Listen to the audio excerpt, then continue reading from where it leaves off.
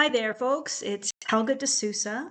I'm a seasoned project manager, and what I do is I help people project manage their projects and also folks who are not experts in project management but have to manage projects. So today I just want to give advice on folks that are looking to obtain their PMP. So through the application process, it's important for you to obviously state your experience and whatnot.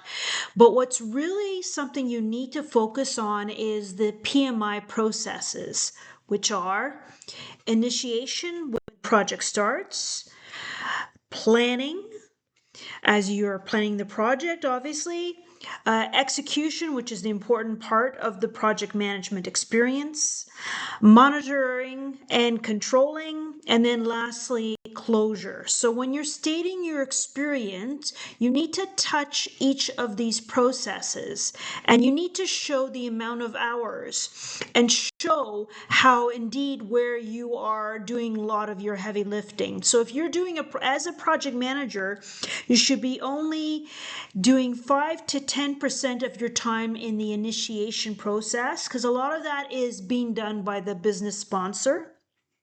And you're there to be on a consult basis on what is realistic to project manage the project. The next piece is planning. Planning is around 15 to 20% of your time. So note that in your application, of course. The idea is, again, a lot of the planning, you're there as a consultant. You're not necessarily the driver quite yet, okay? Now, when you get into the execution phase, it's 40 to 50% of your time. This is where you do your magic as a project manager, okay? You're going there to make sure you are getting things done, things are moving forward, and you remove any blockers that come up during the project, okay? So a lot of your heavy lifting will be during the execution phase.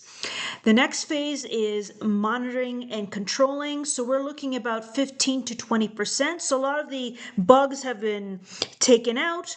A lot of things have been smoothed out. So this is where you have finally released whatever you have into production or whatever process you're organizing. It's now been launched. So this is post-launch, okay? So 15 to 20% of your time.